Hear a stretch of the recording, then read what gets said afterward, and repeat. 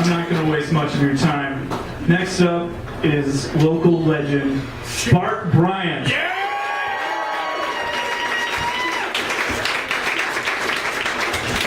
Wait, I don't know if I'm supposed to shake hands with him, just in case.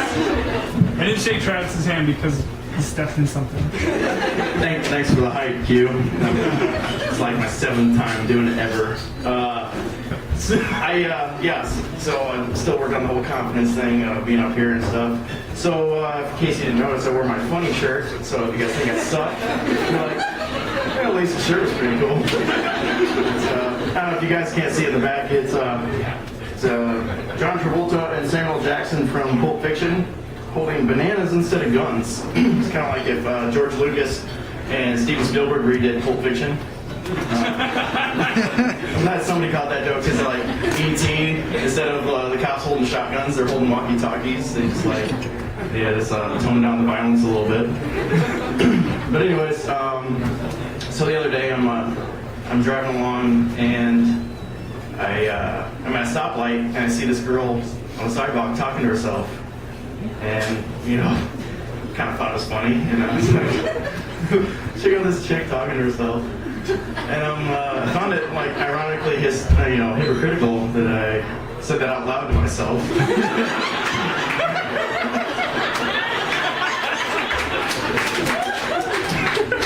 you have that like embarrassed alone feeling, almost as worse as if you like walked into a clear pane glass, just like, everyone sees you do it. Yeah, at least everyone got a laugh out of it. It was just me looking ridiculous to myself. And so I started to think of that whole social stigma of talking to yourself, like, why is that unaccepted and stuff. Well, crazy people talk to themselves, or, always in the middle of a heated argument. He said that, no he didn't, yes he did. And, but, not all people who talk to themselves are crazy. So, like for instance, I used to rock a Bluetooth headset, fancy phones these days, you can do that. You don't have to hold a damn phone to your head all the damn time. So, because your arm gets tired, so you just plug that little baby in there. But whenever I would wear that thing, I'm a right-eared listener, so every time I'm out in public having a discussion with somebody, I'm always on the side that they don't see my Bluetooth. So they just see this, 20-something, almost 31, person just having a conversation over here. Yeah, so then I went into the bookstore, got to read books, and bought that thing. And people were like, this guy's talking to himself about books. That's weird. So I would always make a conscious effort to be like, hey, look everybody, I'm not crazy, I'm just on my Bluetooth. Spend a lot of money on it, so screw all you. Many that know me, this is my hometown, so like half the bar probably knows me. Knows that I served in the military for some time.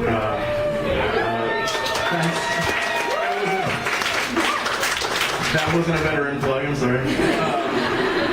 Anyways, I joined the Air Force right out of high school, and I did about 9 years, or 9.5, almost 10 years, who's counting. And I got out, and I figured I'd hang it up, and a little while later, I was like, I should get back in. So I joined the Navy. So I've been in the Navy for almost 2 years now. Yeah, woo, there's one woo, that's cool. One Navy, there's another Navy guy back there. Yeah, there's a couple of them, yeah, I see you guys back there. I got good eyesight. Had to get that, and had to have good eyesight to get in the Air Force, but it's not that important for the Navy. Anyways, so recently, over the summer, I got sent to Thailand for my annual training. When I was in the Air Force, they sent me to Iraq, so guess who's winning the battle on that one? I did 2 weeks in Thailand, 2 months in Iraq. Yeah, my sister's laughing at me probably because she's like, I did like 6 months there, so screw you, damn Air Force. Anyways, I'm in Thailand, and there's some good-looking ladies there. A buddy of mine, it was a whole like multinational effort. I made best buddies with a guy from Australia. He's in the Australian Air Force, and yeah, really. He and I were walking on the beach one day, and he was kind of like my wingman or accountability buddy, however you want to call it. And I'm accountable for him, he's accountable for me, and make sure we try to keep each other out of trouble.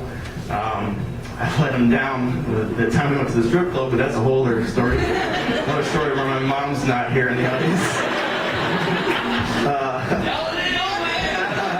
No, I prepared something else.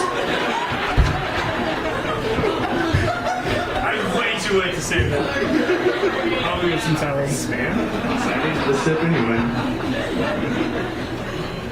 Did I do that or did he do that? I was going to. And I've had a few of these. So, what fun makes you think I got up here? Anyways, so back to the story. We're walking along the beach, and he's a better wingman than me. He noticed the hot chick down the way on the beach, and he kind of gave me the wingman jab, like, dude, check it out. And I see what he's looking at. It's this smoking hot chick about 30 yards at an angle from where we're walking down the beach, and she looks like a freaking Bond girl, walking in slow motion, because that's the way I saw it. The water beads glistening in the sun. She had black hair down to here. Looked like a Bond girl, It's like, woo! That's what I've been waiting for this whole week that I've been here so far. And so she meets up with a couple friends, and she's kind of giving the, hey, is anyone looking? And he and her are like, no. No one's looking. It's just you guys on the whole beach. Don't worry about it. And looks like she's wanting to change. And so we're just like, yeah, it's a good place to do it. No one's looking, like I said. And it's like we Jedi mind tricked her, like, you want to take that top off.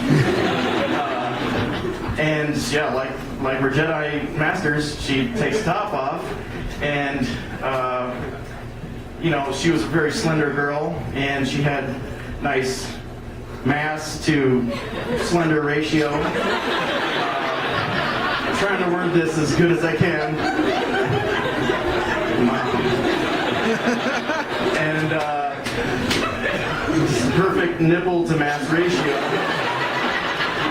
or areola. I'm trying to be scientific. And so we're in awe of this, and we're high-fiving each other, and doing a little do-si-do. And she throws a t-shirt back on, and so that was like, wow, thanks for that moment. We really needed that.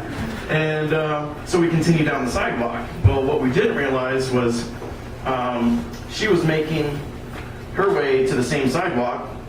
Like I said, we caught her at an angle. She was about 30 yards that way. We met her. She was probably 10 yards. Trying to figure the Pythagorean theorem here. A squared. Okay. 10 yards, 20 yards, 30 yards. Yeah, that's right. Don't double check my math. I think that's right. And so we're like, sweet, we can get a closer look at her. She crossed right in front of us.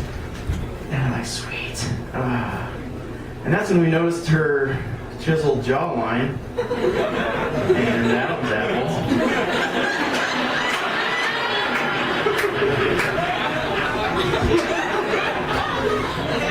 Hand's bigger than mine. And, the therapist tells me I need to talk about this. So that's why I started doing stand-up. It's been hard. They say day by day.